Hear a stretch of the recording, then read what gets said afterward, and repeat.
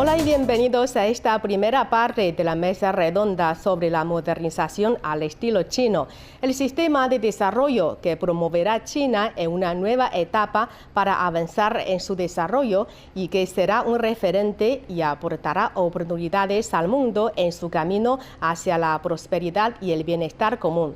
Les saluda Usho Yu, Rosita Wu, desde el estudio de CGTN en español en Beijing, la capital china. En este programa especial hemos hecho varias entrevistas exclusivas con grandes personalidades de los países latinoamericanos, que incluyen a políticos, funcionarios, académicos y expertos provenientes de Argentina, Colombia, México, Uruguay y Costa Rica. Todos han compartido con nosotros sus valiosas opiniones y comentarios acerca de la concepción y la trayectoria de desarrollo de China y los grandes logros alcanzados por el país en su camino de desarrollo, como la erradicación de la pobreza extrema y la protección del medio ambiente, así como los planes y propuestas con los que China ha contribuido al mundo, entre otros temas. Primero veamos una entrevista con el expresidente de Colombia, Ernesto Samper, sobre su valoración acerca de los temas de la modernización al estilo chino y la erradicación de la pobreza extrema que ha logrado China en el año 2020. En la opinión de Samper, la transición ecológica, la igualdad social y la soberanía alimentaria son los tres grandes retos de la humanidad que unen Colombia y China en la búsqueda de una solución común. Veamos la entrevista con el expresidente colombiano. Bueno, nosotros también estamos trabajando una propuesta de modernización como la que está en este momento teniendo lugar en la China. Una modernización que está basada en 4 factores fundamentales. Primero, generación de valor. No queremos que América Latina siga dependiendo exclusivamente de vender lo que está por debajo de la tierra, como los minerales o el gas o el petróleo, o lo que está por encima, que son los granos o que es la carne o nuestras frutas. Queremos agregarle valor a esas materias primas y para eso tenemos que desarrollar cadenas o encadenamientos productivos a partir de pequeñas y medianas empresas que son muy parecidas al tejido empresarial que tiene la China. El segundo punto tiene que ver con la igualdad. Para nosotros es fundamental superar las condiciones de igualdad. Si la China fue capaz en muy poco tiempo de sacar 700 millones de personas de la pobreza, que representaban solucionar el 70% del problema del mundo, también aquí en América Latina entre los años 2004 y 2014, lo que podríamos llamar la década de la primavera latinoamericana, logramos sacar 100 millones de la pobreza. Tenemos que seguir luchando todavía más, porque hay brechas de desigualdad entre el campo y la ciudad, entre los jóvenes y los mayores, entre las mujeres y los hombres, y tenemos que hacer un gran trabajo en superar esa desigualdad.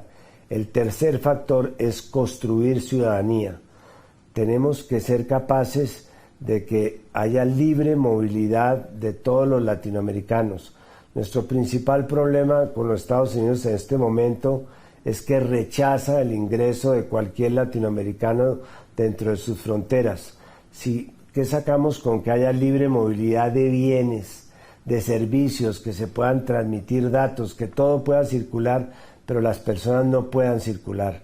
El concepto de los migrantes tiene que ser transformado para hablar de ciudadanos del mundo, ciudadanos que tienen derecho a tener derechos. Y eso en América Latina es posible y esperamos que el mundo imite nuestro ejemplo. Y finalmente, dentro de esta reflexión está el tema de la transición ecológica.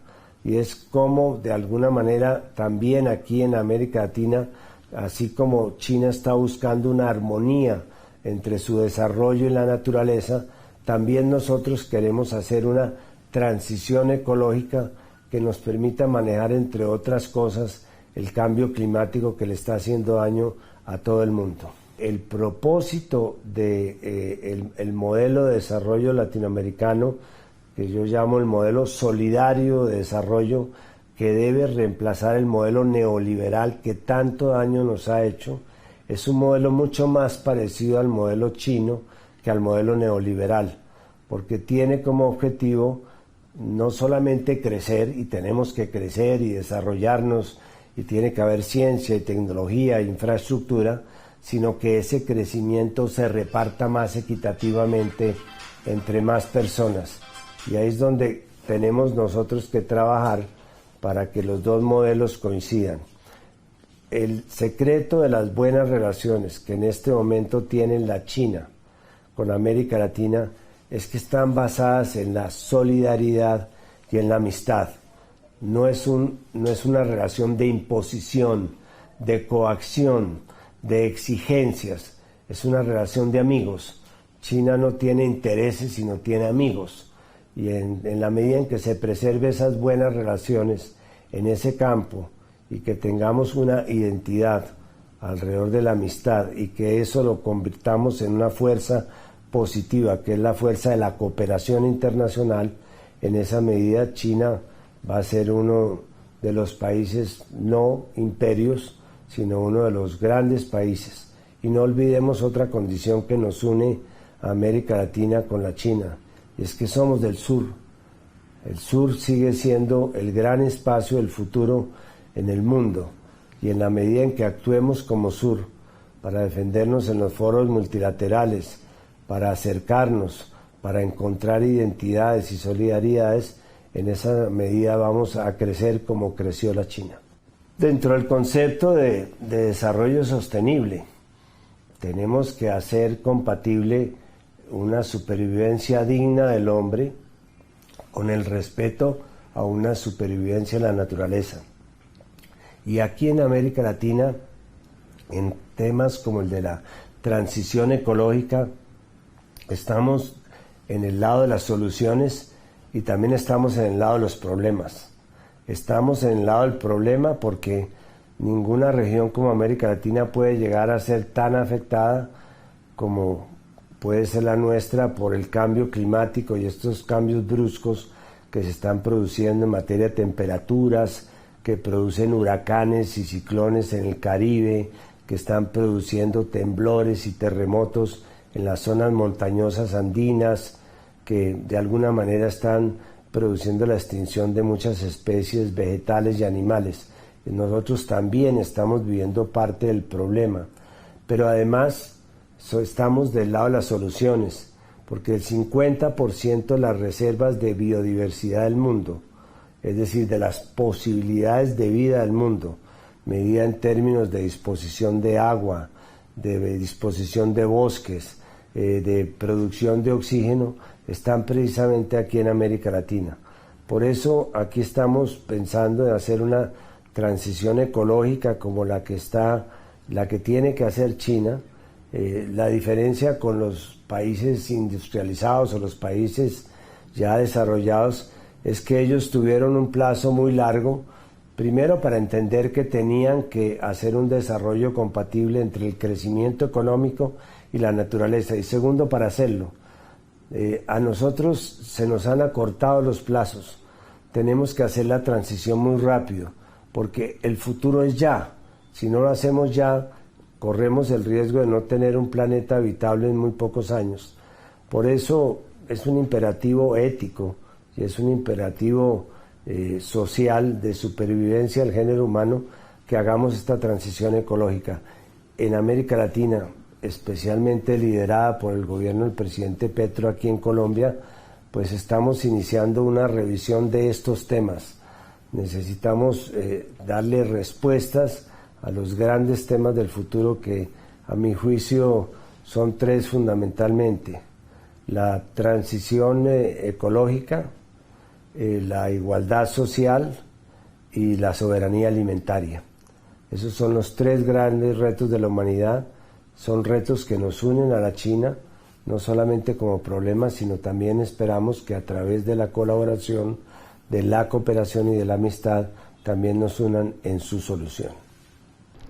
El ex embajador de Argentina en China entre el año 2015 y 2019, Diego Ramiro Aguilar, compartió con nosotros sus comentarios sobre la salida de la pobreza de los 800 millones de habitantes chinos y la promoción en China del principio de la armonía entre el hombre y la naturaleza. Veamos. La primera caracterización es que es un éxito.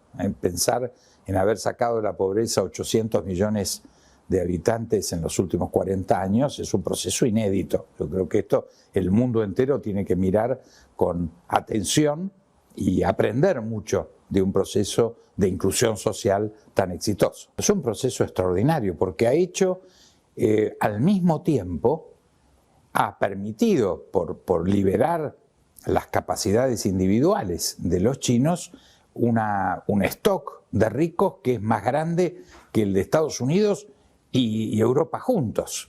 Y al mismo tiempo, en vez de generar eso, un sistema de privilegios o de concentración del poder, ha sido un gran redistribuidor del ingreso. Entonces es un hecho fantástico. Nosotros en Occidente, en general, existe una disputa entre la redistribución y la concentración del ingreso. Bueno, en China se ha dado exitosamente, es eso una característica china que hay que estudiar con mucho cuidado porque hoy en Occidente, en América Latina en particular, no hemos podido conciliar la capacidad de concentrar poder y al mismo tiempo redistribuir ingreso y el bienestar para nuestras poblaciones. Por eso yo creo que es un fenómeno que no hemos estudiado en toda su magnitud, especialmente a la luz de esta capacidad y esta flexibilidad. No es que sea, como decimos, igualado para abajo, entonces se ha construido una sociedad de iguales pobres.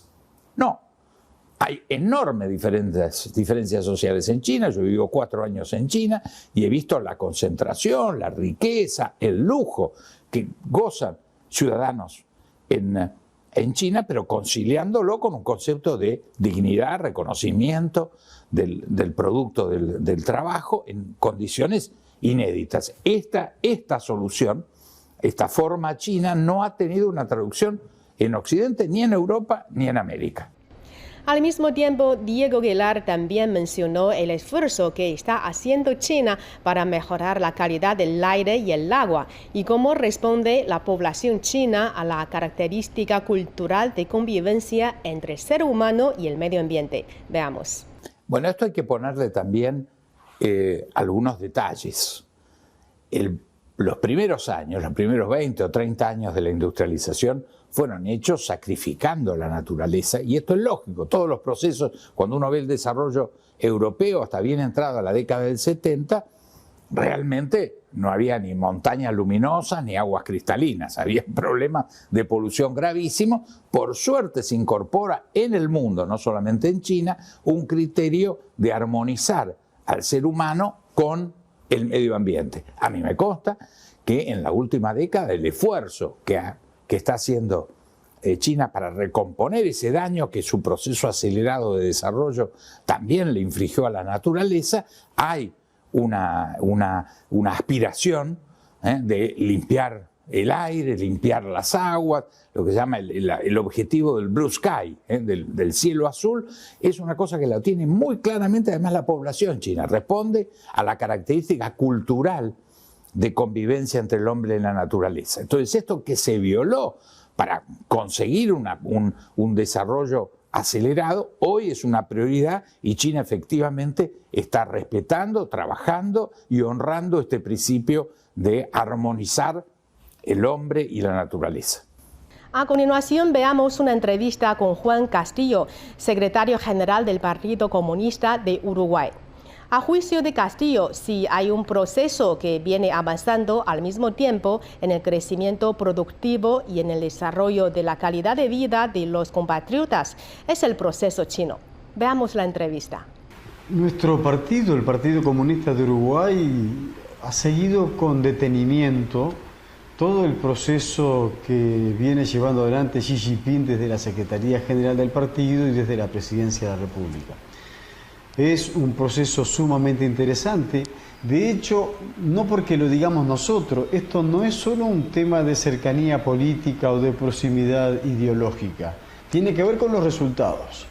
Y desde el punto de vista de los resultados ha quedado de manifiesto en el mundo que si hay un proceso que viene avanzando al mismo tiempo en el crecimiento productivo, en el desarrollo de la calidad de vida de los compatriotas al mismo momento, es el proceso chino, contrariamente a lo que está pasando en el resto del mundo, al menos contrariamente a lo que pasa en nuestro continente, en América, en donde la hegemonía, el predominio que tiene el imperialismo norteamericano condiciona mucho la vida de nuestros pueblos, viviendo situaciones irregulares. Contrasta lo que está haciendo las experiencias del pueblo chino, los avances que están manteniendo en la modernización en esta etapa que viene discutiendo posterior al Congreso, con una realidad de nuestro continente donde habría la comida y los alimentos suficientes como para vivir y alimentar al resto del mundo, y sin embargo muchos de nuestros habitantes padecen hambre. Esto pone de mayor relieve aún el avance y el acierto del proceso chino. El mundo moderno debería permitirnos tener las herramientas suficientes para ver cuáles han sido esas medidas en forma concreta, porque, insisto, comparte la respuesta anterior, mientras aquí crece la brecha entre los que tienen mucho, en los más ricos, y en los que no tienen nada, la extrema pobreza. En China, uno de los elementos que puede mostrar es cómo minimizan cada vez más, a tal punto de anunciar hace un par de años atrás la eliminación de la pobreza extrema en varias de las regiones en donde ellos estaban bastante preocupados. Creo que sería una cuestión digna de poder observar, teniendo presente de que, al menos para los comunistas uruguayos, ninguna experiencia es posible trasladarla íntegramente. Los procesos políticos, sociales, económicos, productivos, no son como una fotocopia que uno la pasa por la máquina y la puede trasladar instantáneamente. Son procesos a tener en cuenta, experiencias que habría que tener en cuenta. Por ejemplo, el hecho concreto de que pongamos una base mínima de las prestaciones sociales que se prestan en nuestros países para que desde ese punto mínimo todos al menos tengan un plato de comida, todos los niños tengan un vaso de leche caliente para poder tomar, y todos, a ningún anciano le falte la necesaria atención en materia de salud y alimentación. Si nosotros lográramos en Uruguay y en nuestro continente partir de esa base y desde ahí proyectar los crecimientos, la mejora, que alguno después a partir de ahí pueda obtener alguna ventaja, bueno, si es que aseguramos lo mínimo para la población, sería una muy buena cosa. Hoy estamos lejos de eso. Sobre el mantenimiento del equilibrio entre el desarrollo económico y el cuidado del medio ambiente, el secretario general del Partido Comunista de Uruguay compartió con nosotros sus experiencias personales durante una delegación del Frente Amplio de visita a China, donde observó la transformación de una fábrica de producción de autos tradicionales a un sistema híbrido y otros sistemas eléctricos como medidas alternativas. Hay varias cosas. Yo agregaría también cómo convive cualquier sistema económico y productivo del mundo con el medio ambiente, con el respeto y el cuidado de lo ecológico, cómo aparece con mayor fortaleza aquello que se llama la producción verde, la economía verde, de manera tal de que nosotros cuidemos más al planeta. Creo que eso son excelentes medidas, una muy buena medida. Nos tocó estar allí en China en una experiencia con una delegación del Frente Amplio encabezada por su presidente en aquel momento, Javier Miranda, y me acuerdo cómo exponían con meridiana claridad el hecho de que el cuidado del ambiente estaba haciendo en la región donde fuimos que sus industrias, la industria automotriz, dejara, ya para este tiempo lo debe haber hecho, de producir autos y ómnibus como producían a explosión, a combustible, para pasar del sistema híbrido y para otros sistemas eléctricos como medida alternativa. Una medida que muestra que el discurso político tiene que ver directamente relacionado con la práctica que después se aplique en la región. La ex viceministra de Economía, Industria y Comercio de Costa Rica, Belia Govaere Di Carioli, en su participación en esta mesa redonda, ha opinado que China construye su modernización conforme a sus propias realidades y con base en sus propias ventajas comparativas, y que por eso se puede decir que el Partido Comunista de China ha empezado a imprimir las características únicas a la modernización al estilo chino. Escuchemos sus observaciones. China ha sabido apropiarse de grandes lecciones de desarrollo de las potencias occidentales, pero no ha caído en sus grandes errores. China comprendió la importancia de la ciencia, la innovación, la tecnología y la creación de capacidades en el desarrollo de su base productiva. También asumió la importancia de un sistema de mercado para la mejor asignación de sus recursos. La modernización china tiene eso en común con otros países desarrollados. Pero el Partido Comunista Chino imprimió a la modernización de China características únicas. Son muchas y solo diré tres que a mí en lo personal me han impresionado. La primera es todo un ejemplo histórico. China logró desarrollarse sin saqueos, ni esclavitud negra, ni guerras imperialistas. De ahí el enorme peso moral que tiene China para promover la paz en un sistema indivisible de seguridad internacional. Otro rasgo único de China es vincular el desarrollo económico con el desarrollo humano. Para China, modernización significa antes que nada bienestar de su población. Esa riqueza social no ha ocurrido en ningún otro país desarrollado del mundo. Antes la regla era que el progreso siempre venía acompañado con miseria. En China no. El progreso camina con el bienestar y China por eso es un ejemplo mundial de solidaridad social. Otro aspecto propio de China es basar su desarrollo en hechos y no en ideologías. China no buscó recetas occidentales. China construyó su modernización desde sus propias realidades y con base en sus propias ventajas comparativas. Esa es toda una lección para países emergentes: no copiar a nadie y buscar su propio camino. El mayor milagro chino es que su crecimiento económico es el mejor repartido del mundo, mientras en Estados Unidos el salario real en el 2020 fue 12% menor que en 1980. En ese mismo periodo en China, los salarios se han multiplicado por 8 y en las zonas rurales por 12. Eso explica, pero solo en parte, cómo 800 millones de personas salieron de la pobreza extrema.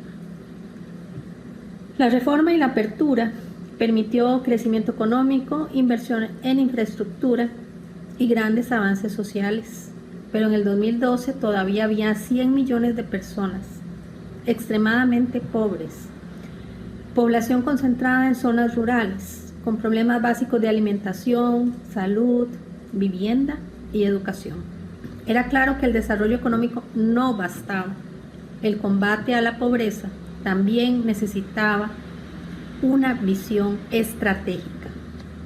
Desde el 2013, el liderazgo de Xi Jinping trajo esa visión y convirtió la lucha contra la pobreza en objetivo nacional estratégico. Su sello fue una política focalizada que combinaba desarrollo económico y política social. Se identificó dónde, a quién, cómo apoyar y cómo fusionar política productiva con desarrollo productivo para hacer perdurable la erradicación de la pobreza extrema. Fue un enorme esfuerzo desde una base muy deprimida. En 1979, China era uno de los países con mayor población en estado de pobreza extrema. Hoy la pobreza extrema en China no existe. Eso se dice fácil, pero es una gran victoria.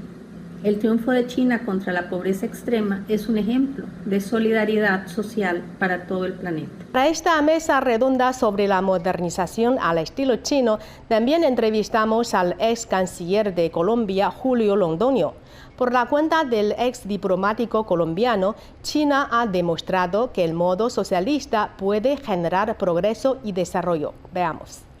Bueno, yo creo que la primera cosa que ha sido importante es entender que China, no obstante el sistema que tiene, el sistema del socialismo, es un país que ha hecho grandes avances, especialmente en algunos sectores, la ingeniería, etc. Y que en este momento es una potencia comercial, industrial y tecnológica en el mundo.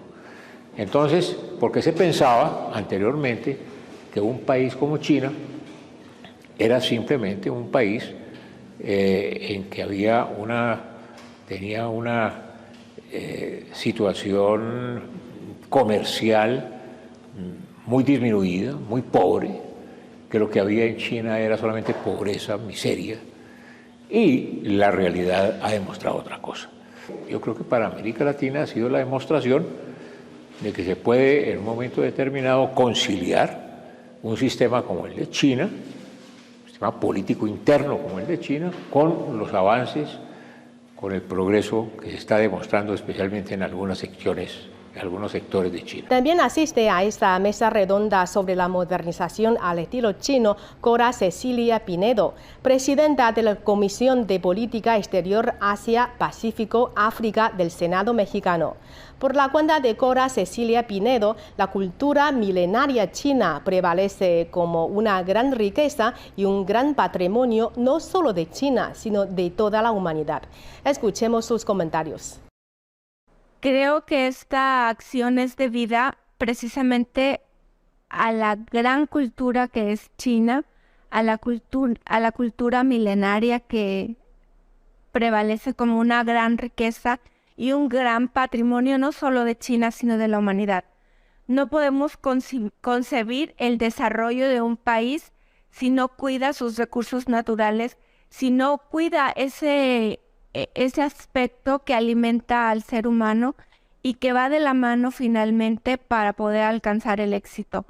Creo que este es uno de los valores más arraigados, pero que se tienen que ponderar no solo en esta región del mundo, sino en toda, y tomarlo como modelo de desarrollo del pueblo de China, precisamente porque el resaltar de una manera más allá de lo humano, el tener el privilegio de contar con estas bendiciones del medio ambiente, creo que es una posibilidad también de poder sobrevivir. La vida humana no se concibe sin el agua, sin el aire con buena calidad, el oxígeno, sin todo este entorno que nos acompaña como un empaque de vida y que creo que es una medida brillante, pero también loable, que tenemos que imitar, que seguir los pasos de esta conservación y verlos en la justa dimensión. Si no tenemos un planeta donde vivir, pues podemos tener la mayoría de la riqueza acumulada, podemos tener todo lo material que se pueda alcanzar como una meta económica, pero no vamos a tener un lugar para vivir y para podernos desarrollar. Entonces, es parte de la vida humana y esta es una acción que tenemos que reconocerle y que felicitar al pueblo chino. Bueno, por las limitaciones de tiempo tenemos que despedirnos de esta primera parte de la mesa redonda sobre la modernización al estilo chino.